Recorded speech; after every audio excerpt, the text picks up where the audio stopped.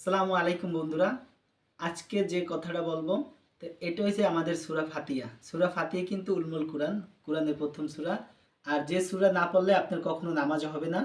তো এই সূরা অবশ্যই আমরা সঠিকভাবে আল্লাহ যেরকম সঠিকভাবে কুরআনে আসছে ওরকম আমরা পড়ার চেষ্টা করব।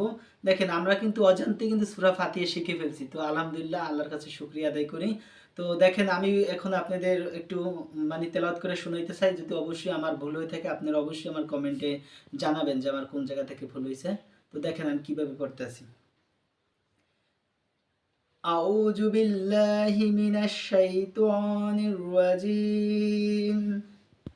বিসমিল্লাহির রহমানির রহিম। আলহামদুলিল্লাহি রাব্বিল আলামিন। আর রহমানির রহিম। মালিকি ইয়াউমিদ্দিন। ইয়াকা না'বুদু ওয়া ইয়াকা নাস্তাঈন। ইহদিনাস সিরাতাল মুস্তাকিম।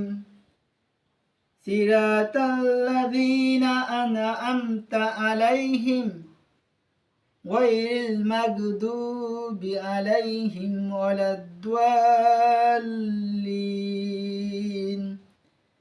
আমিন। তো বন্ধুরা কোরআনে কিন্তু আমিন শব্দটা নাই।